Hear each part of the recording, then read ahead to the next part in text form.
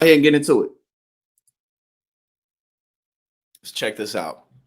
It says Telosa, America's $400 billion dystopia. Let's see what we got going. Monument to man's arrogance. It's a city of 5 million. Phoenix, Arizona is a monument to man's arrogance. It's a city of 5 million that should not exist. An endless sea of concrete, asphalt and single-family homes in the desert, briefly interrupted by a small group of skyscrapers. Temperatures during summer normally reach above 40 degrees Celsius with 330 days of sunshine each year. Despite the dry, hellish desert climate, the lawns are lush and green, nearly every house has a swimming pool, and the city is dotted with large, verdant golf courses. All this in the wake of a historic drought and accelerating climate change. Phoenix has been called the least sustainable city in the world, for good reason. The least sustainable city in the world. And we're going to go over this. And this is actually, what up, Jazzy? Appreciate you for being here as always. But yeah, I like this channel because like a lot of people may go to it and be like, oh, he just kind of disses everything. But he just gives an interesting take again on things like architecture, construction, city planning. And it's useful, because a lot of the issues that society faces stem from the ways that cities are planned. Not all of them, obviously, but that's why I like this channel. But Phoenix, Arizona, I love Arizona too, and Phoenix is definitely nice. But the least sustainable city in the world, and I guess that makes sense. You know what I'm saying? Exactly. They ain't got no water. Ain't no water there, and that's really the bigger issue that's going on with the Southwest right now. Because I think 40 million people, if I recall, are basically sharing the same water supply, but it doesn't rain. It barely rains out there. So there's a lot of issues going on, and we talk about that often, but let's get back to it. Climate change plus 5 million strong desert cities do not go well together, to put it mildly. And what's this? Uh-oh. At Telosa, we're on a mission to create a more equitable and sustainable future. By starting with a clean slate, we have this really unique opportunity to focus on what's most important. We're not just building a new city. This is a new model for society. We will create a 15-minute city that promotes active and sustainable modes of transportation, mixed-use districts that ensure all daily needs are within a 5-minute walk from your house. We're going to create efficient buildings. We're going to have a diverse source of renewable energy supply to generate more energy than we consume. The same thing with water. Generating enough water to supply the future of Telosa and potentially even other communities through efficiency, recycling, and technology. We'll start with 50,000 people, a really diverse group, and from that seed, grow into this incredible city of 5 million people. Telosa will be the city that loves you, actively listens to you. Doesn't matter who you are. We want to see you. We want for you to experience Telosa, for you to be a part of it. Recordings just got better. Hey, it's Dana from StreamYard. I'm so excited to announce that local recordings are now available on StreamYard. Have you ever done a recording where your guest just had terrible internet issues? They were blurry, they were freezing, you could almost hardly hear them. Well, with local recordings from StreamYard, you'll be able to I thought download... y'all was bringing text message.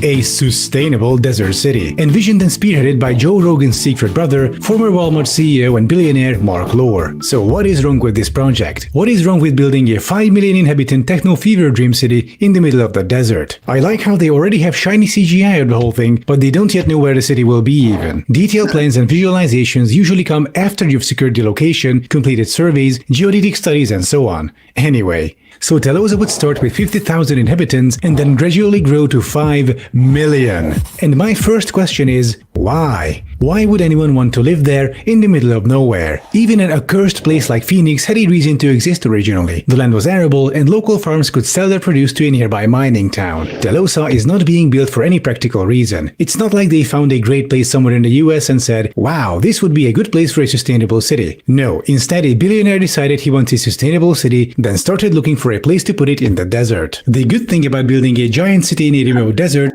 Basically, I mean, this really is no different than like what the Saudi Arabian royal family be doing. But I guess, here we live in a different structured economy. So things are a bit more feasible and not quite as ridiculous because, like the neon straight line city. I mean, that shit is ridiculous and it's not going to be completed.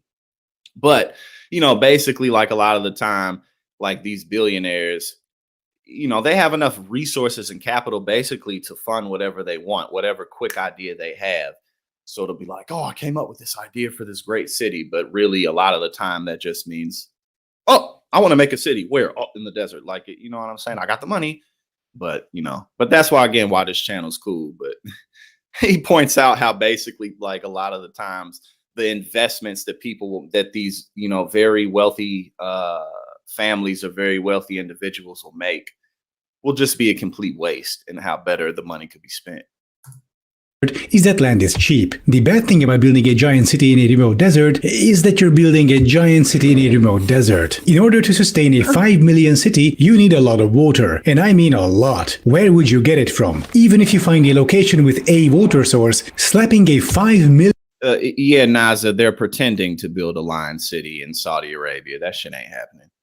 City on top of it would absolutely destroy it by sucking everything dry. And water reclamation alone isn't enough to solve this. Water is constantly evaporating and you have to keep replacing it. That replacement usually occurs naturally via rain, but not in the desert, obviously. You would need to find a place with ample water, but chances are land won't be cheap there, because it is likely being used by others. We already have enough problems with NIMBYs when trying to build a rail line, let's say. All the lawsuits, delays, protests, obstructionism, enough to turn planners' hair grey. Now imagine trying to build a city of 5 million there. Humanity would go extinct before you would even get through the first round of lawsuits. In the empty desert, you don't have such issues, but you would need to pipe in water from somewhere else, which means costly and complex pipes and pump infrastructure spanning potentially hundreds of kilometers. So yeah. Now let's talk about how Telosa could be powered. And oh my god, did they seriously put windmills in the middle of the city? These might look nice and futuristic if you know nothing about windmills, but they produce noise that would drive people mad over time, vibrations that would damage surrounding buildings, not to mention, cities tend to have erratic wind patterns for a variety of reasons. Putting windmills in the middle of your city is the equivalent of putting your solar panels in the living room by the window instead of your roof. Otherwise, they plan on supplying the entire city with renewables, as advertised by this page from their website, which might actually break the world records for number of buzzwords per line. Distributed, flexible and expendable carbon-neutral energy system, redundant neighborhood microgrids, reliable and resilient energy, and I mean, that's great, but you also need to store surpluses so you can use them during shortages. In the real world, energy storage is most often done by pumped hydro storage, the most efficient and eco-friendly way by far. You basically have two reservoirs at different elevations, where you use surplus energy to pump the water to the upper reservoir, while during shortages, you let the water down through a turbine, gaining back electricity when needed. Needless to say, there is no mention of any such solutions from Telosa. It's just multiple storage technologies, which is the equivalent of, yeah bro, we'll have like stuff to store the energy in, lol. Very promising. Another aspect of this project is sociological. And that's what happens. And that's basically, again, like Elon Musk is like the worst of them all.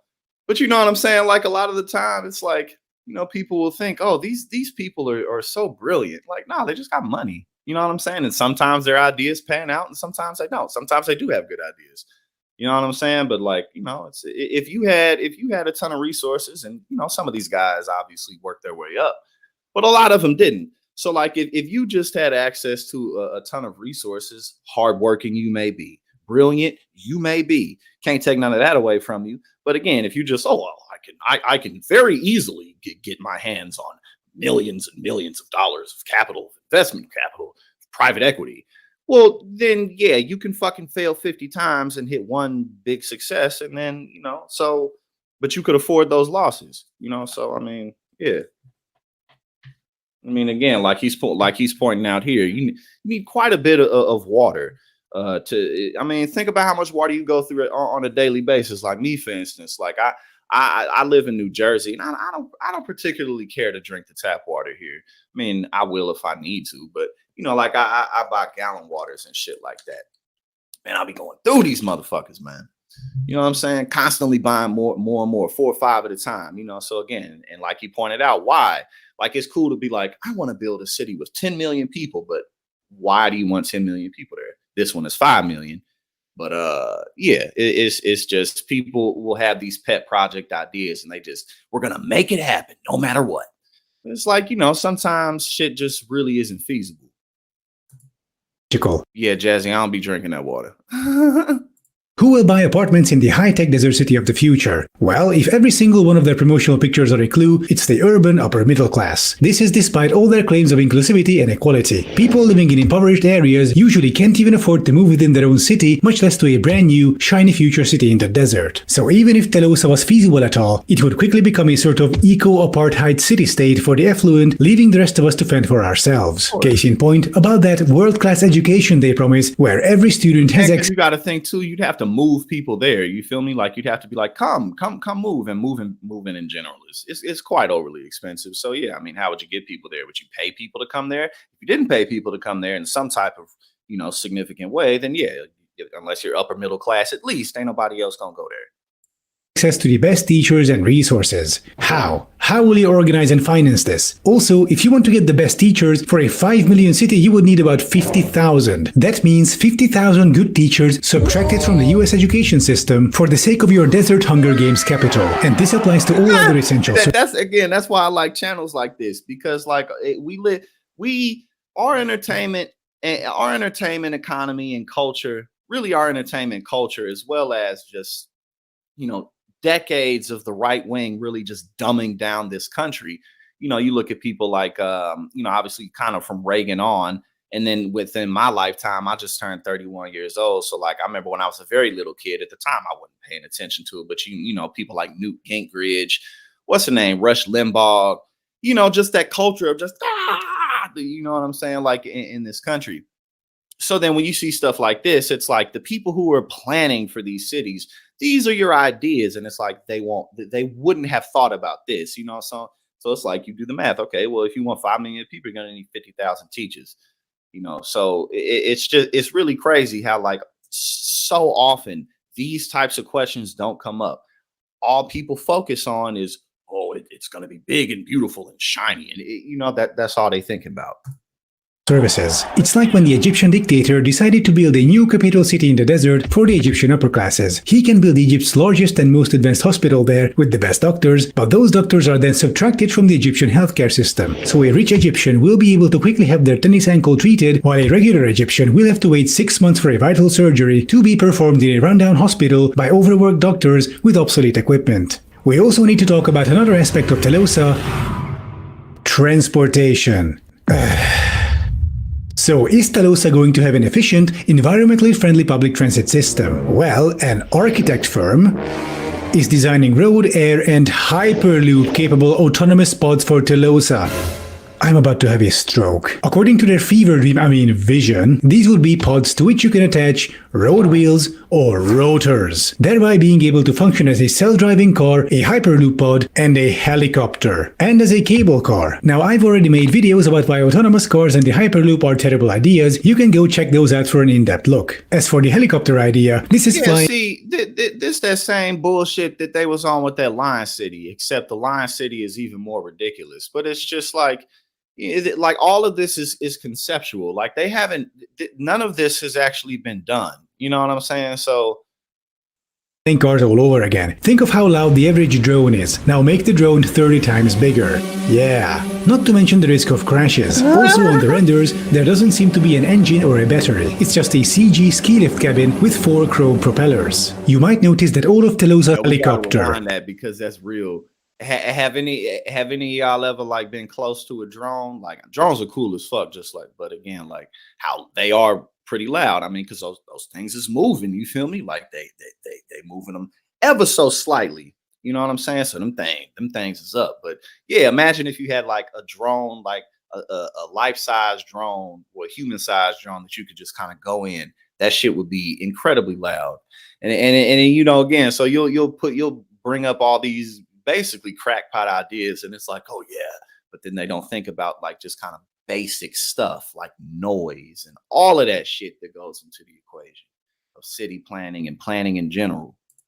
And as a cable car. Now, I've already made videos about why autonomous cars and the Hyperloop are terrible ideas. You can go check those out for an in-depth look. As for the helicopter idea, this is flying cars all over again. Think of how loud the average drone is. Now make the drone 30 times bigger. Yeah. Not to mention the risk of crashes. Also on the renders, there doesn't seem to be an engine or a battery. It's just a CG ski lift cabin with 4 chrome propellers. You might notice that all of Telosa's transit solutions are individual. There is no proper mass transit, only small pods carrying a handful of people. And that kind of transit is fundamentally unsustainable. Think of US traffic jams and the pollution they cause, the space they take up inside cities, and so on. And I'm glad they have 15-minute walkable neighborhoods, but that's about the only sound idea of this project. All in all, Telosa is a great example as to why billionaires shouldn't be allowed to design our cities. They are victims of a phenomenon called elite projection, a term coined by transit planner Jarrett Walker. Elite projection is the belief among relatively fortunate and influential people that what those people find convenient or attractive is good for society as a whole. Billionaires are used to living in remote, high-class, affluent areas, so naturally it would be good for everyone. They have access to the best possible healthcare and education, so everyone else in their utopia should. Damn the consequences for the rest of society. They've never set foot on public transportation, so naturally individual pods are the way to go, and so on. In its current form, Telosa has a ton of problems. So how do we fix them? Easy. If Mark Lohr wants to create sustainable places to live in the US, he should start somewhere else. Places where lots of people want to live and where there is plenty of space to build, namely the downtowns of most American cities. Pictured here is the center of Detroit, where most space is occupied not by buildings, but by urban freeways and surface parking lots. Why not lobby for zoning law changes and help densify the area with sustainable housing? Or if you find downtown land prices too high, I have good news for you. Just outside the center, there is a plethora of cheap, rundown, half-abandoned single-family homes. One of the important things he just pointed out too is zoning laws, and that's why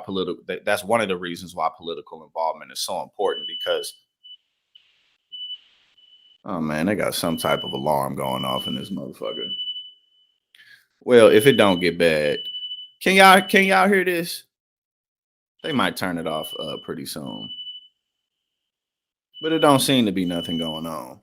But if that changes, I'll just get off. But like I was saying, one of the problems with, like, yeah, they just turned it off. My bad. That alarm threw me off. But yeah, a lot of the times you may have maybe a good idea for a community project or for some type of initiative or some type of investment, and it's literally against the law for you to do it. You know, zoning laws, you know, primarily prevent affordable homes, and not just homes, but affordable transit, affordable existence, let's say, within the most desirable areas. You know what I'm saying? So a lot of the time you may have an idea like, well, let's build this here, but you can't. So, you know, areas just waiting to be bought and redeveloped. Just imagine what you could do there with some eco-friendly mid-rise housing. And Detroit doesn't have a drought problem either. Why insist on a desert city in the middle of nowhere? Why not just fix existing US cities instead? Actually, I know exactly why. You see, around the time I made my video about NEOM, the Saudi Line City bullshit project, one of its hired consultants reached out to me. We had a conversation where he explained the true extent of the idiocy behind the scenes. Obviously, I cannot share his name, picture, or even recorded voice for fear of prison or execution, but I will summarize what he told me. Basically, these projects begin with a billionaire dictator having a stupid, megalomaniac idea. They then hire consultants from a consultancy firm to visualize said idea, basically to create a metric ton of CGI. Then comes the private presentation, where you have 5 minutes to sell your proposal to them, as these people have very short attention spans. On the other hand, they are very easily bamboozled by shiny CGI and wild tech ideas, so if you cram your 5 minutes full of those, they will listen and likely approve your proposals. Don't even try to get into the details of the project, as in feasibility, infrastructure planning, sociological surveys, and so on, because they will fall asleep. They don't care. They just want to see something shiny and bombastic to bamboozle them and boost their ego. This is how you get NEOM in the Saudi desert, Dubai in the Emirati desert, the new administrative capital in the Egyptian desert, and now Telosa in the American desert. They are all different, yet they're all the same. Mark Lohr tries to ape Middle Eastern dictators to bring about the utopia he thinks is best for you. However, he will likely not succeed, because, as we all know by now, smooth-brain dictator plus construction project equals dumb shit. So, this was Telosa, the Desert Hunger Games capital, or I guess in this case Thirst Games, and I thank you for watching. If you wish to support me making content like this... Yeah, that was from Adam something. He makes he makes content like that. It's pretty useful because, again, it helps you to just consider a lot of things that you may not have been checking out. But nah, Yeah, you know, basically that'll be how to go down. It'll be like, I have an idea. I don't care about the details. Man, fuck all that shit. Don't talk about that. Just do it. You know, just show me the pictures and I'll tell her that's all it is. It's really not more complicated than that. You know what I'm saying? Like, you know, why, like, I mean, even just from like Neon, like building a city in a straight line for like 150 miles or something like that. It's like, well, why don't you just build a normal city in a place that makes sense? You know what I'm saying? But yeah, no, that's not what they're concerned about. Now I'm gonna open up something. Hold up.